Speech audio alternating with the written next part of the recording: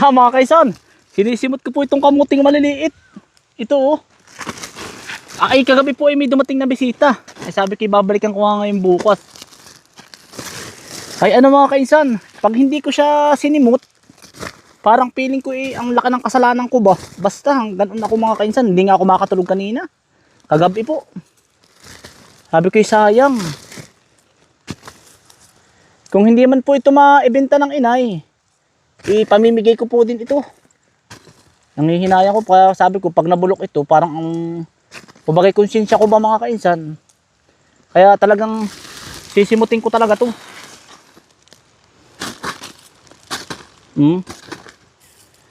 Parang ang laki ng pagkakamali ko. Ito mga kainsan. Sayang. Sabi ko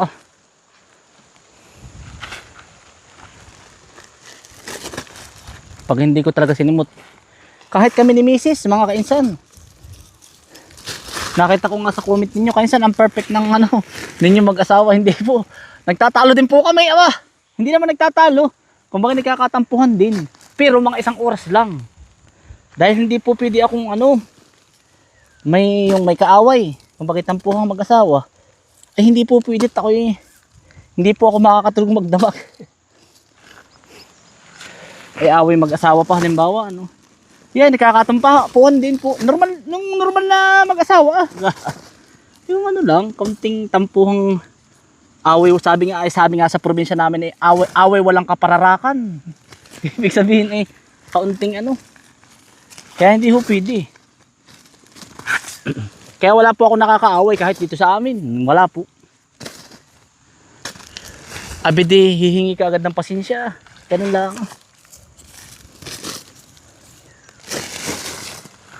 Ari po. Yan. Dami mga kainsan. Kahit sabi nga gangga kulangot. Aba pag naipon.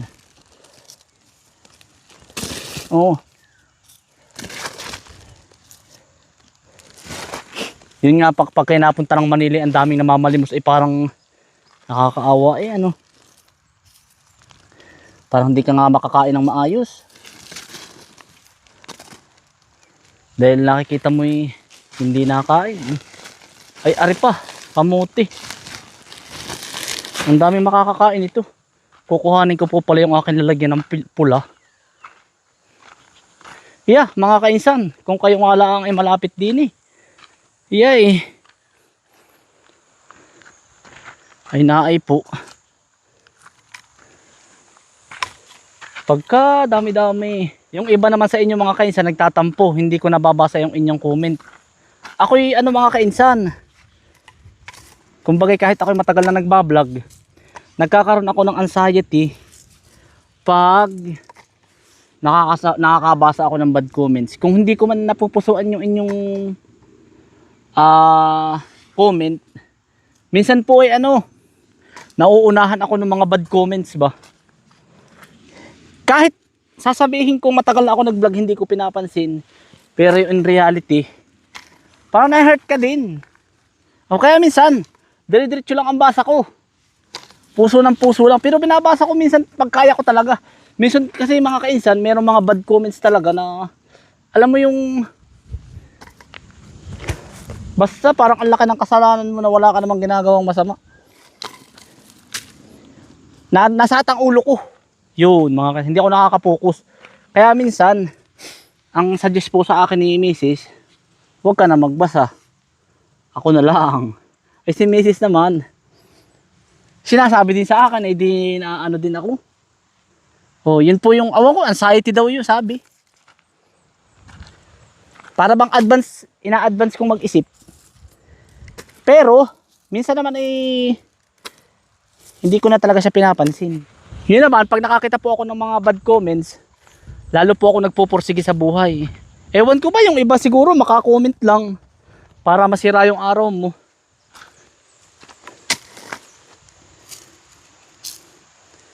Ito mga kainsan dami Kaya ako po nahingi din ng pasensya.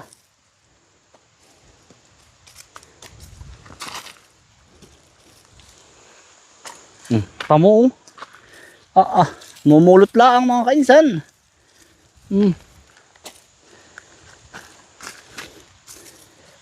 Kainsan, bakit naman pamimigay mo yun ang liliit?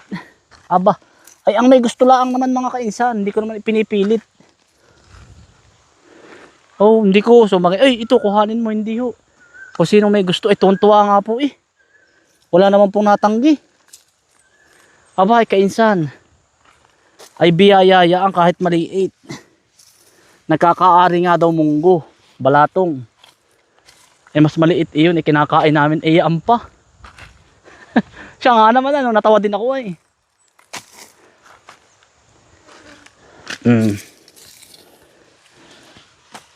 Yan, hello po kay Tito Pedel at Tita Pilipina.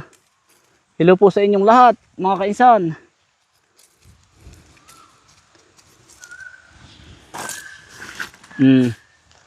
Dili po ang kamuti sa amin pinupulot lang.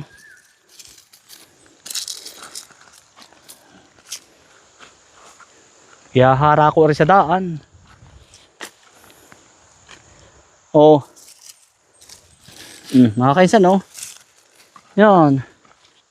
Oh. Abay, malaki din ah. Malaki pa nga sa daliri ko ay, oh.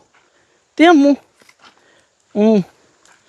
Sa palengke ari baka 30 pesos 40 ang kilo. Ay pag naman po ikaw may tatlo, ay talagang ikaw ay busog. Ay talagang tsatsagain ko yan mga kainsan.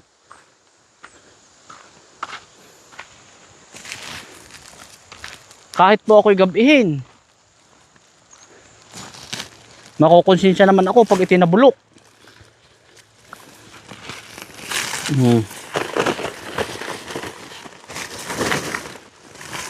Konsensya.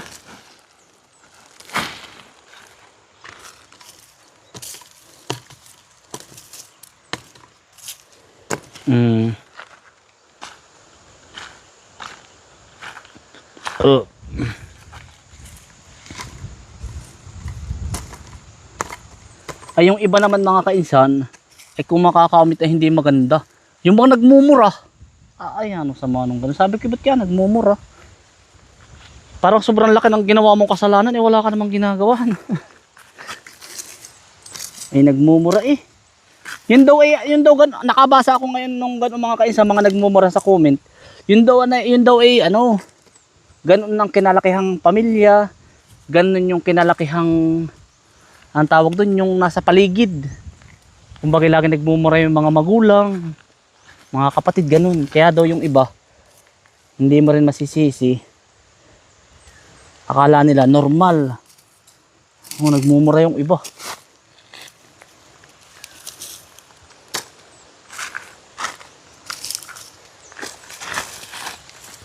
Nagmumura.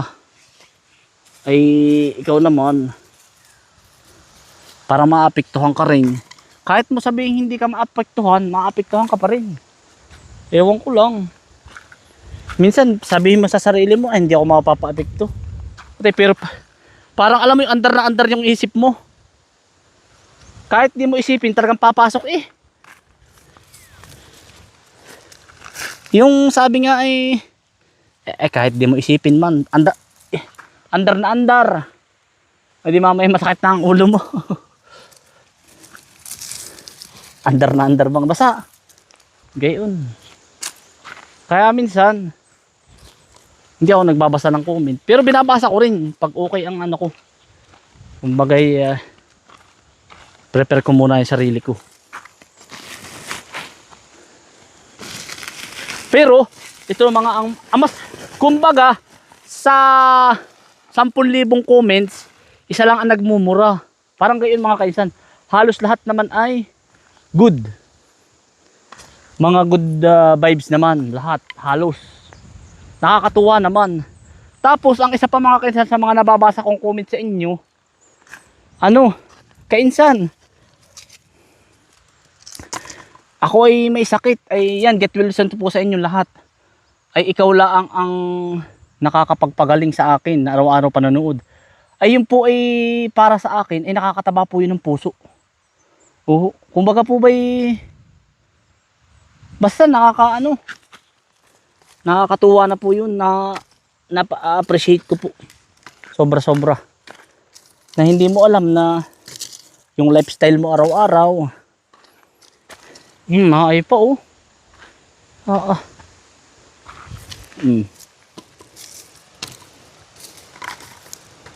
Gangga butirot.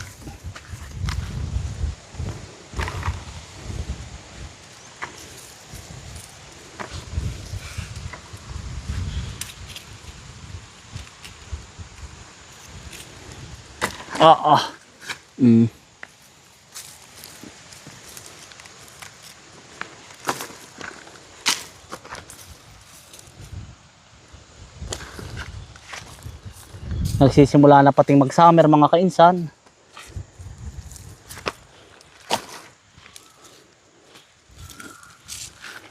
Naay po.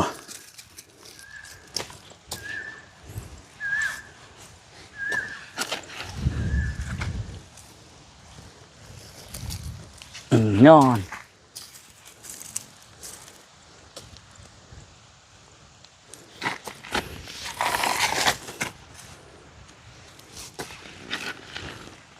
Yari na naman po oh. Yan.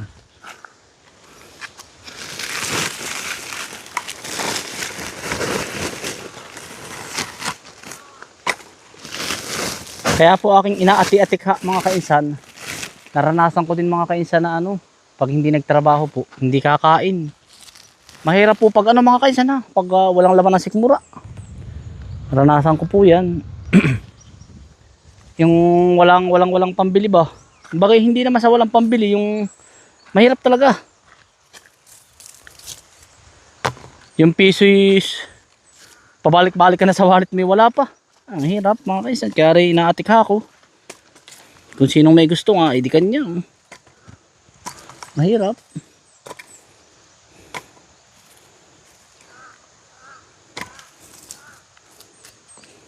Pakak na pakak, sabi nga nila.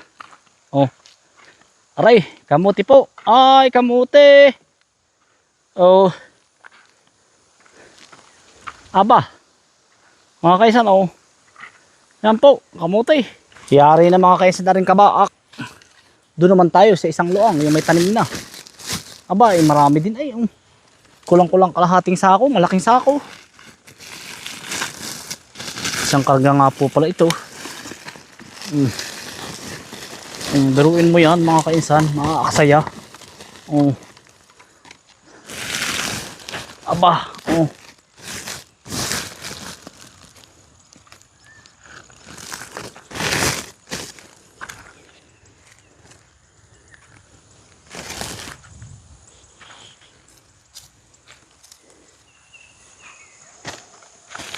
Doon naman tayo sa kaputol mga kainsan.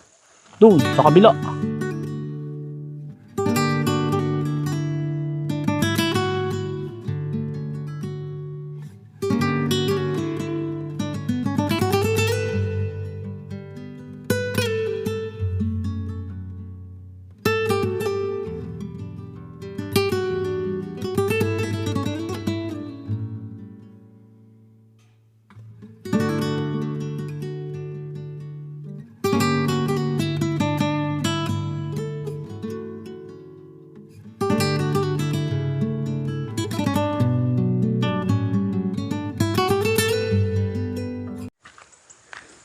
Yari ko na po yung kabaak ay.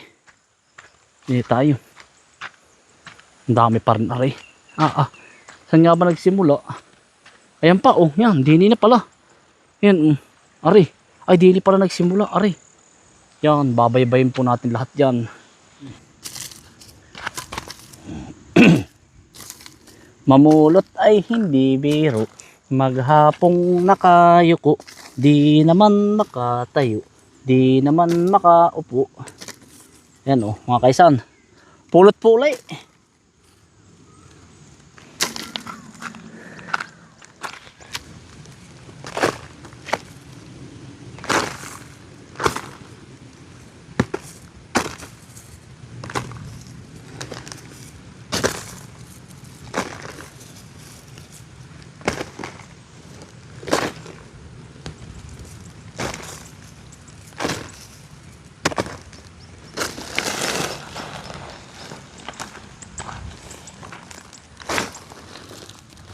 Pira busong po, nakaapakan yung iba.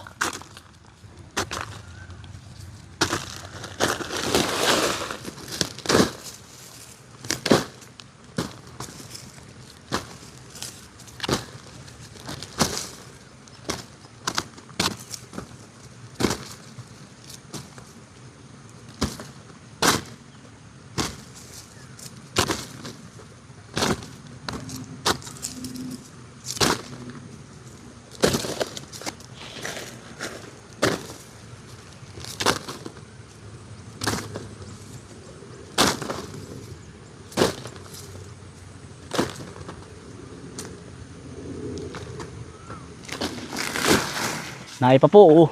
Ito. Yan.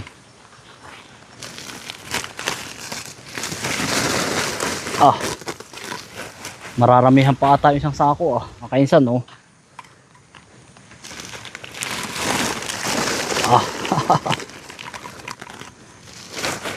Dito naman tayo sa kaputol. Dini, oh. Hindi pa natin nakukuha ng aking dulong, ari. Yari ko na po yung kabaak doon, ari. Oh, Oh, para kang nangunguhol. Yari na mga kainsan. Tapos din.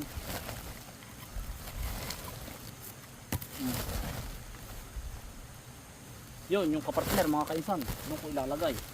At kakargahin na lang ang bukas ni kadar mo. Hindi na daw po niya makakarga at gabi na. Alas 5 na po ay bukas na lang daw maaga. Aba, ay mabigat din mga kainsan. Kailangan na din po ang mga kainsan.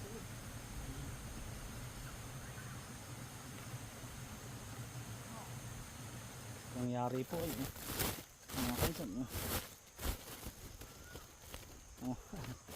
Maliliit, sadyang maliliit. Ay pa, oh.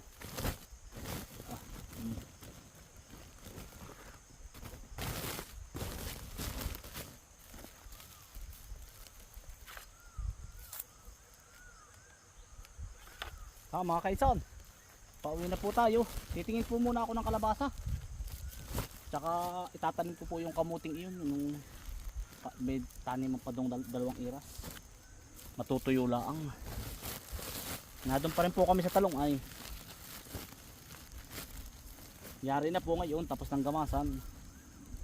Bukas naman po ay tatanim na po na rin kabaak. Ito na lang ito mga kaisan.